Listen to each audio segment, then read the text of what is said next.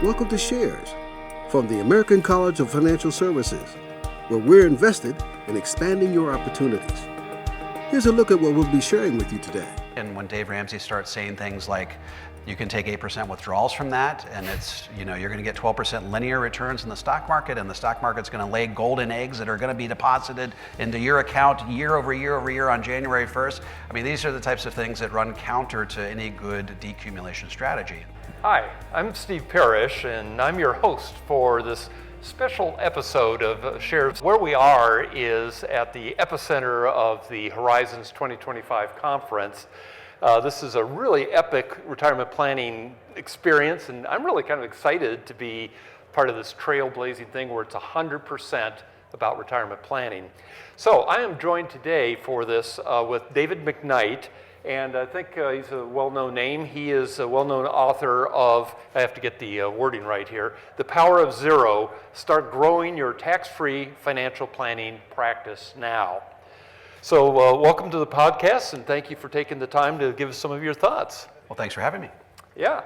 And speaking of thanks, I'm very appreciative of the fact you are a man of my own heart, and that one of the things you focus on in your retirement planning thoughts deal with taxes. And coming from a tax background, that is something that gets ignored.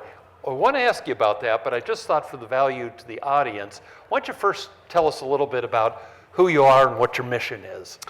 Sure. I started in the financial services industry back in 1997. Just for a little context, the national debt in 1997, Bill Clinton came before Congress. They said the national debt's $5 trillion. We've got great news. We've got budget surpluses as far as the eye can see. Budget surpluses were set to run through something like 2023, something like that. And here we are in 2025, and we've got $36 trillion of debt. So it's we're living in a totally different world from a fiscal trajectory or a nation standpoint. Anyway, I wrote a book back in 2014 called The Power of Zero. I self-published it, threw it out on Amazon, crossed my fingers and hoped for the best. And what do you know? People started to buy the book. And here we are about 10 years later. The book got purchased by Penguin Random House back in 2018. It sold over 400,000 copies, which still boggles my mind to this day. And it spawned a couple of other follow-up books, Tax-Free Income for Life, most recently The Guru Gap, and a couple of others. So just really grateful to be here. Well, thinking of the tax-free income for life, so taxes are, I believe, a really important part of retirement planning, and yet they kind of tend to get ignored both by some advisors and certainly by clients. Why is that? Why do taxes get ignored so often in retirement income planning? Well, I think a lot of it is a function of just education. A lot of people don't realize, for example, that David Walker, former Comptroller General of the federal government, has predicted that tax rates have to double or we go broke as a country.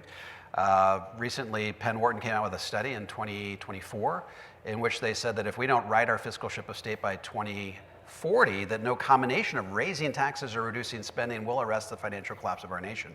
So it's not a sexy topic to talk in apocalyptic terms about where tax rates are headed in the future, but the math sort of dictates that we need massive infusions of revenue to be able to pay for all of the promises we've made for Social Security, Medicare, Medicaid, interest on the national debt, and all of the, all of these different government programs, which DOGE has sort of taken a chainsaw to right before our eyes. So it's not a sexy topic. Higher tax rates. When you talk about higher tax rates, you have to talk about some very unpleasant things that go along with it. So I think that clients don't love the idea of paying a tax before the IRS requires it, preemptively paying a tax on our own terms versus postponing the payment of that tax to a point in the future when the IRS forces us to take that money out and pay the tax at that point. It's just not something our clients love to talk about. And unless we're willing to sort of have the hard conversations about the fiscal trajectory of the nation, what experts are saying about the future of tax rates, and why that might make sense to start doing things like Roth conversions and so on and so forth, then it's just not a real sexy topic to bring up with our clients. Huh.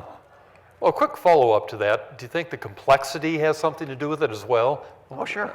Yeah, totally. I mean, it's a lot easier to just kick the can down the road. It's a lot easier to say, look, I'll pay taxes on these assets when the IRS forces me to take that money out, but not a day beforehand. So that's, there's a lot of complexity associated with preemptively paying a tax. You have to sort of figure out what your marginal tax rates are going to be and how high do I want to go and what sort of, you got to stretch that tax obligation out over multiple years. And I always tell people you want to get your Roth converting done quickly enough that you get all the heavy lifting done before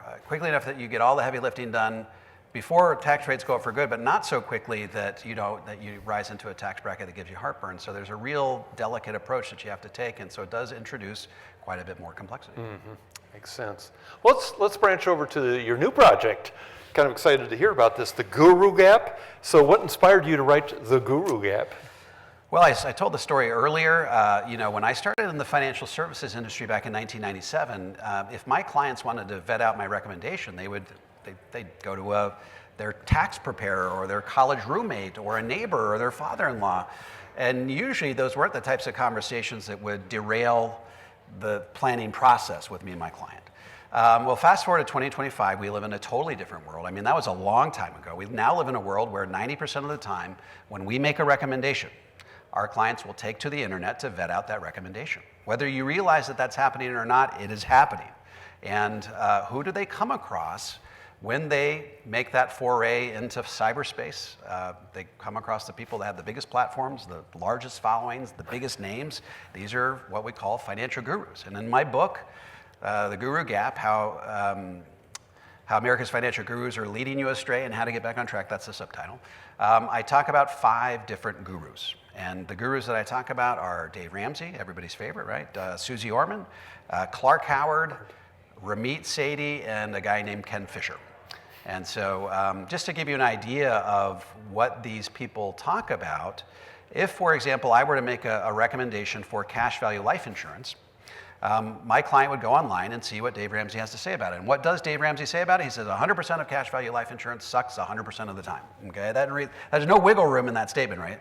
He says the only people that have it either haven't researched it enough or they're easy dupes. He says if you have a cash value life insurance policy, you are to surrender it 100% of the time, take the surrender charges, and take the proceeds and go buy a term insurance from Zander Insurance, which is his preferred vendor, which pays him hundreds of thousands of dollars to be that preferred vendor. And if you're recommending an annuity to your client, they're going to type "is annuity a scam" into their search browser, and what's going to come up? It's going to, Ken Fisher's going to come up and he's going to say, I hate annuities and so should you, right? They're going to come across a video that he made that said, I would rather die and go to hell before I sold you an annuity, and then gives 8 reasons why. So this is the type of things that these are types of products we recommend. We know that math and actuarial science undergird these recommendations if we're recommending them in the right way. And we're availing our clients of we're doing the fiduciarily the right thing by availing our clients of the full financial toolbox.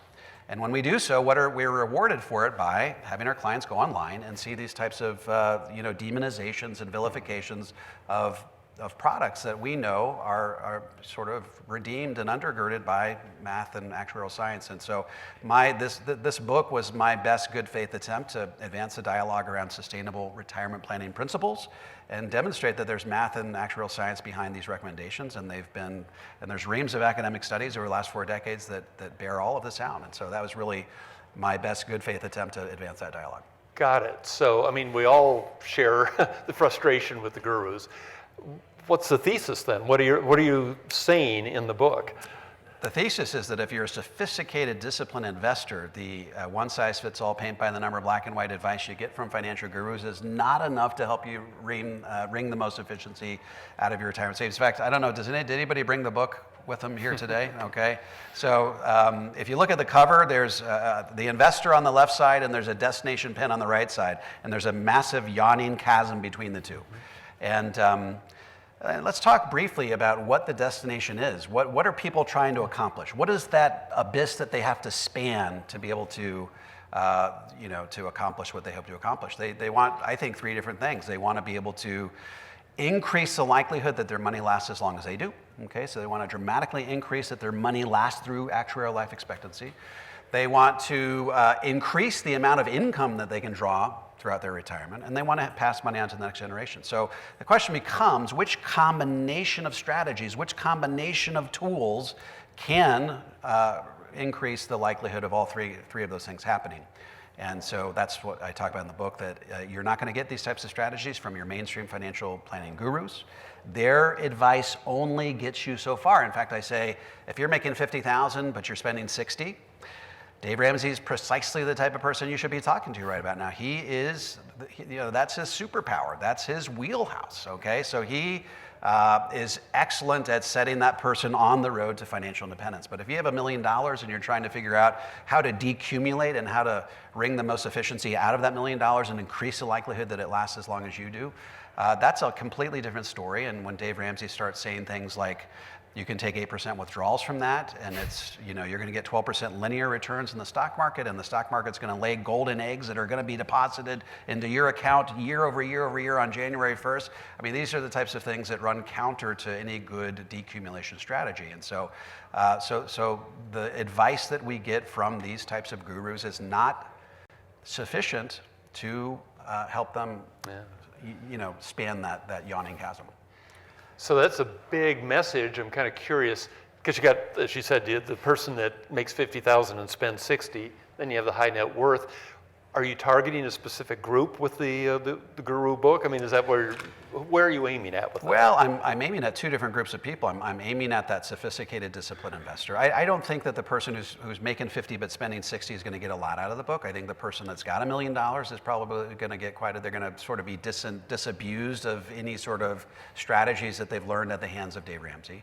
But I think the other group of people I'm really targeting here are financial advisors. I mean, whether you realize it or not, you have lost hundreds of thousands of dollars to these gurus over the years. You just don't realize it. I mean, if you ever had a client or a prospect ghost you, they listened to your recommendation, they sat through a sales process with you, and then they went home and they never called back, there's a pretty good chance they went online and they researched your recommendation and came across a Dave Ramsey or a Susie Orman or a Clark Howard or a Ken Fisher, and they just never returned your phone call because they became disenchanted with what you told them because maybe that guru had more legitimacy in their eyes. And so the goal is to give you a means, by giving you this book, give you a means of inoculating your clients against what they're likely to see online when they go research your recommendations. So the idea here is that if you can tell them what they're likely to see online before they ever research it, and you give them the answers to those critiques, then you will have, for all intents and purposes, inoculated them against what they're likely to see online. And I think that goes a long way towards salvaging that relationship. If we can say, this is what they're likely to say, and this is how you should contextualize what they're likely to say, and this is what math and actuarial science say about what they say, I think that goes a long way towards sort of vindicating the strategies that have been borne out over the years. As the baby boomer retirement wave crests, it's time to position yourself as the ideal partner for this growing pool of clients with the American College of Financial Services Retirement Income Certified Professional designation. As an RICP, you'll get the specialized knowledge to help more clients with complex retirement planning needs. With the convenience and flexibility of the latest in e-learning design, the RICP delivers applied knowledge from over 45 retirement experts on Social Security, taxation, income planning, Medicare and Medicaid, long-term care planning, and more. Get started in our 3-course program today and become an RICP in 12 months or less. Now is the time to strengthen your client relationships with deep expertise to address the unique challenges of retirement. See how you can expand your opportunities at theamericancollege.edu/RICP. Something that I'd be curious to know what you think of now that you've looked at these specific gurus. Without naming names, one of those gurus, some professors basically questioned some of the numbers he came up with. I just identified the gender, I guess. But he responded in LinkedIn by basically calling us eggheads who still live at home with their mothers. Obviously it was vitriol and he called you nerds. Let's get real. He called you nerds. Nerds, yeah. He called you nerds living in your parents' basement, punching on calculators. It was. That's right. You're right. So the question is, for the consumer, how do you distinguish the false prophet guru from somebody that really can help you? How do you really figure out who's the right one? That's a good question. I think that I think there is a litmus test. There's a lens through which you can evaluate the recommendations, and I think that generally gurus' recommendations are motivated by emotion, and that's certainly the case in terms of Dave Ramsey. But I think that the sophisticated financial advisor who's dealing with a sophisticated crowd, particularly engineers, you evaluate their recommendations through the lens of math, right? Does the math add up? And so, for example, let's take Dave Ramsey. I tell a story right out of the chute in chapter 1 of my book. Dave Ramsey, a guy calls in the Dave Ramsey show and he says, hey, my financial advisor believes in something called the 4% rule. He says, I can never take more than 4% of my day one retirement balance out of my portfolio. And frankly, I need more money. I'm looking to travel in retirement. I want to take out 5%. What would you think if I took out 5%? And Dave Ramsey says, well, that's a typical financial planning lemming. Your financial advisor is a financial planning lemming. And I had to research what a lemming was.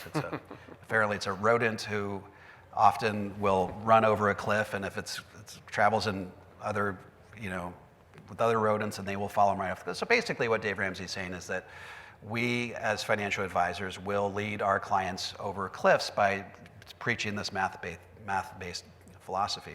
And so Dave Ramsey says, you're going to get 12% linear rates of return in the stock market, therefore you can take 8%, you can take 9%, even 10%. So long as you're taking less than 12%, the math adds up. So this is not rooted in math. I mean, if you have a 100% stock portfolio and you take 8% distributions, according to our friend Wade Pfau, you run out of money 63% of the time in advance of life expectancy. So that's not even a coin flip. That's 2 out of 3 times you run out of money before you run out of life. Those aren't good odds, okay? And that's why I sort of coined the phrase the Dave Ramsey circle of poverty. He starts you off, if you're making 50, spending 60, he does a pretty good job of getting you off of square one on the road to financial independence. He may even get you to the point where you have $1 million, but once you have $1 million, he tells you to start taking 8% withdrawal rates and investing in 100% stocks, at which point he promptly bankrupts you and sends you right back to zero again. So that's what I call the Dave Ramsey circle of poverty, and there's really not a lot of math that undergirds those types of recommendations. I tell another story in chapter 1 about how if you are that guy making 50, spending 60, Dave Ramsey will tell you can get 12% rates of return, you can take that 8% withdrawal rate, and to earn $1 million by the time you retire, you're going to need to save, say, $250 a month, something like that. Well, if you went to Wade Pfau and asked him that same type of question, he'd say it's more like $1,000 a month. Well, guess what? If somebody who's in poverty or they're in debt up to their eyeballs, and they hear, I've got to save $1,000 per month to be able to save $1 million by day one of retirement, there's no way they're ever going to pull that off. There's no way they're ever going to be inspired to get off of square one. So that's why he calls CFPs of the world. Any CFPs in the room? He says, you guys are hope stealers. You're stealing people's hope. Why? Because you're giving them math-based recommendations.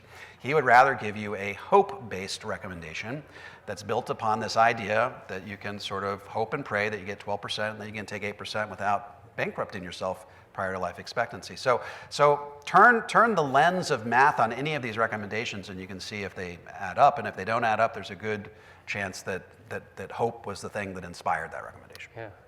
It kind of feels like some of those gurus probably need some new batteries in their calculators. If I could share a quick anecdote that I experienced, wasn't one of those 5, but it was one of the radio whiz kids. Somebody called in and said, my mother's advisor says that she should have a crummy trust. What do you think? And the person literally said, well, I think the name of the trust answers the question. Why wouldn't you want a good one? No idea what a crummy trust was. Why would I get a good one when given the choice, yeah. right? But let me turn it positive. With your book, so do you offer some practical steps that they can take? I mean, we know the problem. What's the solution? Yeah, so in chapters 5 and chapter 6, I basically, I build a composite guru recommendation. And the gurus don't see eye to eye on everything. Like Susie Orman believes, she doesn't even believe in the 4% rule. She believes now in the 3% rule. She thinks the 4% is too extravagant, 5% is out of the question. She believes in the 3% rule. Dave Ramsey believes in the 8% rule, and then everybody else is somewhere in between. So where was I going? What was your question again? Well, what are practical solutions? So in chapter 5, I build sort of this composite guru. I take the worst parts of what the gurus say for somebody who's in the accumulation mode. And I say, okay, if we have to live by all of the rules set up by this composite guru, which is admittedly the worst parts of all the gurus, how much money will they be able to accumulate by the time they retire, and how much money will they, how much could they disseminate, how much could they decumulate at that point? And I compare that against what you might be able to do were you to avail yourself of the full financial toolbox, right? The things that are using cash value life insurance, for example, that is routinely demonized by these gurus. We actually, in Chapter 5, I talk about a strategy called the volatility buffer, okay, which we've all heard of, which basically is if you can accumulate 3 to 5 years worth of living expenses in your cash value life insurance by day one of retirement, and then in a year following a down year in the stock market portfolio, you pay for your living expenses out of your cash value life insurance. That gives your stock market portfolio a chance to recover before you take further distributions, and that act alone will increase your sustainable withdrawal rate on your stock portfolio from 4 to as high as 8% with a 95% success rate. And these are numbers that are vindicated by reams of academic studies. In fact, the Ernst & Young study that came out recently said that they're recommending now that people put, in their accumulation years, put 30% of their retirement savings in cash value life insurance. That's an Ernst & Young study. And they demonstrate how that produces far higher levels of income than the stock market-based approach alone. So that's an example of some of the step-by-step things that we talk about in Chapter 5. And I say, okay, let's create a sort of this, let's create an example of a guru recommendation for someone in their decumulation phase, okay? You certainly can't avail yourselves of an annuity because those are sort of verboten by all of the financial gurus in this book absolutely hate annuities, okay? So you can't do annuities. You have to live by the 4% rule. Dave Ramsey says you can't do a Roth conversion within 5 years of retirement, okay? I joked about this earlier. Wade Pfau, who wrote the foreword for the book, when he saw that in my manuscript initially, he said, "I can't believe that Dave Ramsey said that. I actually had to look that up to make sure that was right." He goes, "I couldn't believe it." He goes, "When you reach retirement, that's precisely when you should be considering Roth conversions. That's when you hit retirement, that's when your tax bracket drops, and that's the perfect time to start thinking about Roth conversions." And so, I mean, basically, he's like, Dave Ramsey's 180 degrees wrong on this. If he were any more wrong on this, he'd be veering his way back towards right again. So Dave Ramsey, in that Chapter 6, we say you're not allowed to do a Roth conversion, so of course you're exposed to tax rate risk over time. So you're exposed to longevity risk because you can't use an annuity. You're exposed to tax rate risk because you can't do Roth conversion. So, and then I show the implications of all of that advice on a financial plan. So really there is some step-by-step in there, but really what I'm trying to do is show the math, the cost of implementing these types of strategies, and it really is devastating when you take these financial gurus at their word, and you cannot avail yourself of the full financial toolbox, and you can't do the types of things that we know are going to shield themselves from some of these dangers. It gets really, really nasty, really, really fast. So, let me ask you an off-script question. I think you'll be fine on it, but you're aware now that there are these podcasts that are AI-based, where it has the people talking and they sound all friendly and they come up with all these great ideas, not necessarily. Where do you think this is going with the gurus? I mean, is AI going to suddenly be the guru that we have to deal with? I just saw a video where the guy who had a long-standing video, he has a lot of followers, a lot of subscribers, he says, the video that he put out that day said, "I used AI for every one of my videos every day for the last 30 days, and nobody knew the difference." Okay, so how scary is that? How scary is that? So I don't think Dave Ramsey will ever go that route. I think Dave Ramsey's shtick is that he's folksy, and he's this sort of grandfatherly figure, and he's charismatic, and people like him. He's sort of cuddly. So I don't know that he's ever going to, unless he retires or dies, I don't think he's ever going to stop doing that and taking that approach. I could never see him sort of phoning it in through AI. I don't see that ever happening, but certainly I see a lot of people doing that. I mean, there's some crazy stuff out there that you can avail yourself of from, in fact, I've got a podcast, sometimes they'll say, "Dave, we need a new intro. You're on the road, you can't film it. Can we have AI create that 15-second intro for you?" I say, "Sure, why not?" And nobody ever says, "Hey, Dave, that was a crazy, wacky AI, obviously AI intro." So it's scary. I've got one of my team members who's a big fan of Terminator. He's like, "Oh man, this is like Skynet, guys. We're going down the wrong road here." But I think it's a double-edged sword. It's coming, yeah. Well, in fact, what's next? I mean, you're finished now with the guru. What's your next project? Well, I got another book coming out. I'm actually just finishing it right now. It's aimed towards millennials and Gen Zers, and I've done a lot of research on those generations, and at this stage in their life, they have a lot less money saved than their Gen X and baby boomer counterparts, okay? So they have a lot less saved, and by all accounts, they are less educated on investments than their forebears. So they're sort of behind the eight ball, and there's a lot of different reasons for why that is. You can call it COVID, you can call it student debt, all sorts of different reasons why they're behind the eight ball from a financial perspective.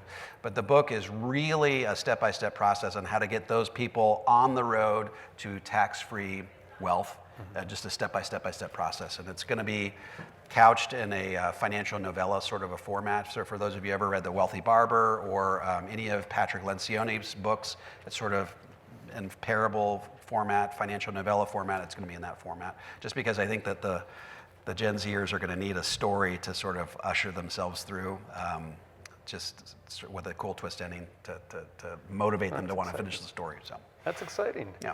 Well, we got a live audience and we have a podcast audience. I guess my one last question is, anything else that you want to pass on? You always have good ideas.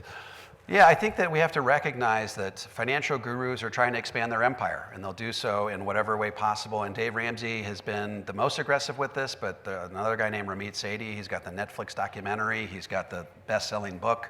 These guys are actively trying to peel your clients away from you, whether you realize it or not. They are trying to peel your clients away from you and absorb them into their tribe, and they will do that by whatever means possible. So that's just got to prepare ourselves. Great. Well, I'm looking forward to that. That sounds pretty exciting. So thank you for spending time with it. I hope that you have a great time with the rest of the conference. And please stay tuned to the channel for content that we're going to have from the American College Horizons Conference. This isn't the only one we're doing. Thank you. That's all for now. But you can find all our episodes on YouTube, Apple Podcasts, Spotify, and most other streaming services. Be sure to like us, follow us, and leave us a rating and review. Shares is a production of the American College of Financial Services, and we hope you join us next time as we share ideas that expand your opportunities.